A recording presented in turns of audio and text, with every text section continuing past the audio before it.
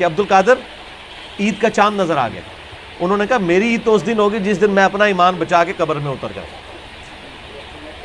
سر جو اللہ کا ولی ہوتا ہے اس کو اپنی فکر لگی رہتی ہے, وہ اتنا اکڑ خون نہیں ہوتا کہ لوگوں کو کہتا پھرتا ہے. یہ سب جھوٹ, اور قیامت تک کے لیے محفوظ صرف اللہ کی کتاب ہے. کسی بزرگ کی تعلیمات بھی محفوظ نہیں ہے. اتنے جھوٹ بزرگوں کے اوپر باندھے گئے ہیں.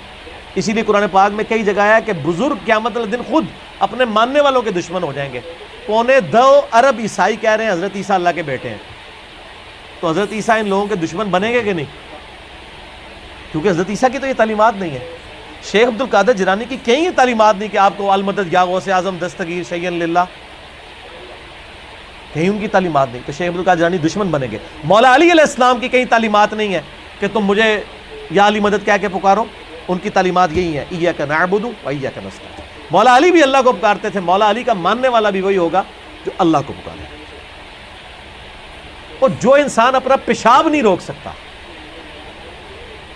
وہی جملہ بول سکتا ہے کہ تمام اولیاء کی گردن میں میرا پاؤں ہے؟ دنیا کا کوئی ولی, کوئی بزرگ اپنا پیشاب روک سکتا ہے؟ Not at all. اگر کوئی ہے تو آئیں, لائیں, ہمارے سامنے پیش کریں, پیشاب روک کے بتائے کوئی. انسان تو اتنا کسپر سے کیا حالت ہے. اسی لیے دیکھیں کہ آپ لوگ جب بیمار ہوتے ہیں آپ کو اٹھا کے ان کے پاس لے جاتے ہیں, اور یہ لوگ بیمار ہوتے ہیں تو یہ شفا انٹرنیشنل میں علاج کرا رہے ہوتے ہیں. آپ کے جب پیر صاحب بیمار ہوتے ہیں ان کو اسپتال نہ لے کے جایا کرو, ان کو بھی پھر کسی مزار پہ ہی لے جایا کرو نا. نہیں لے کے جاتے. یہ آپ کو انہوں نے چکر چلائے ہوئے ہیں سارے, ان کو پتہ ہے کچھ نہیں ہونا. میں تو جتنے بڑے بڑے ادھر دیکھتا ہوں نا, سب کے آپریشن ہاسپٹلس میں ہو رہے ہوتے ہیں, اور عام ہاسپٹل میں نہیں, آغا خان ہاسپٹل میں, شفا انٹرنیشنل میں, جدھر ہم لوگ تو ایک دن کی فیس نہیں دے سکتے. تو سر یہ تو بزرگ ہیں نا, یہ کیوں اسپتالوں میں علاج کراتے ہیں؟ یہ تو لوگوں کو پھوکے مار کے صحیح کر رہے ہوتے ہیں. اپنے آپ کو بھی ٹھیک کریں. اپنا پیشاب بند ہوتا ہے, اپنے گردے خراب ہوتے ہیں تو ٹھیک کریں نا پھوک مار کے. ڈاکٹروں کے پاس کیوں جاتے ہیں؟ پھر تو اس کا مطلب یہ کہ ڈاکٹر ان سے بڑے بزرگ ہیں نا, جو بزرگوں کو بھی ٹھیک کر رہے ہیں. ٹھیک ہوگا؟ وہ سب اللہ کے بندوں گیم چلائی ہوئی ہے. اللہ سے مانگو, اسباب اختیار کریں. دوائی کرنا سنت ہے, اور دوائی پہ یقین نہ رکھنا فرض ہے.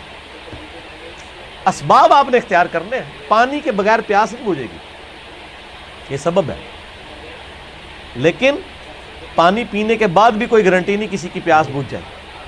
گنہگار بندے کی موت کا وقت قریب آتا ہے نا, تو روایتوں میں آتا ہے کہ اسے اگر سمندروں کا پانی بھی پلا دیا جائے نا, اس کی پیاس نہیں بجھے گی. جب اللہ ہی نے پیاس نہیں بجھنے دینی تو سبب یہی اختیار کریں گے, لیکن نظر مسبب الاسباب. اللہ اکبر. انہم لن یغنوا عنک من اللہ شیئا. یہ لوگ اللہ کے مقابلے پر اے نبی علیہ السلام آپ کو کچھ فائدہ نہیں پہنچا سکتے. وَإِنَّ الظَّالِمِينَ بَعْضُهُمْ أَوْلِيَاءُ بَعْضٍ. اور ظالم لوگ بعض کے دوست ہیں. واللہ ولی المتقین. جبکہ اللہ جو ہے وہ پرہیزگاروں کا دوست ہے.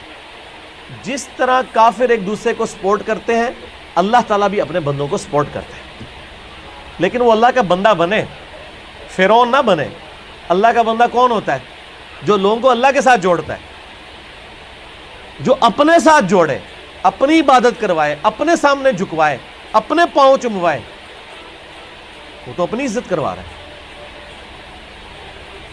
ترمذی میں حدیث ہے, انس بن مالک کہتے ہیں کہ نبی علیہ السلام کے استقبال میں ہم کھڑے نہیں ہوتے تھے, کیونکہ آپ نے منع کیا تھا, ہم اس کو برا سمجھتے تھے.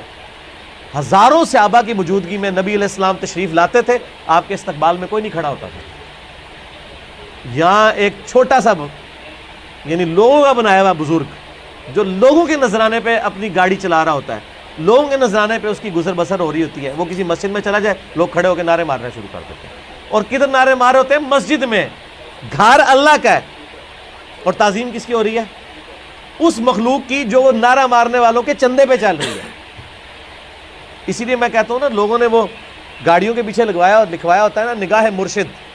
مرشد کو بھی چاہیے وہ اپنی گاڑی کے پیچھے لگوائے نذرانہ مریدین. آپ آج نذرانے بند کریں, ان کا تو کوئی سورس آف انکم ہی نہیں ہے. اکثریت کا کوئی سورس آف انکم نہیں ہے. نہ ان کے بچے پڑھے لکھے ہوتے ہیں, نہ یہ خود پڑھے لکھے ہوتے ہیں. ان کو 10,000 کی نوکری نہیں کہیں مل سکتی, لیکن سٹیٹس وہ روزانہ کے لاکھوں روپے خرچ کر رہے ہوتے ہیں. کہاں سے؟ آپ سے. اصل تو یہ ہونا چاہیے, ھذا من فضل ربی, اللہ پاک. اللہ دے رہا ہے.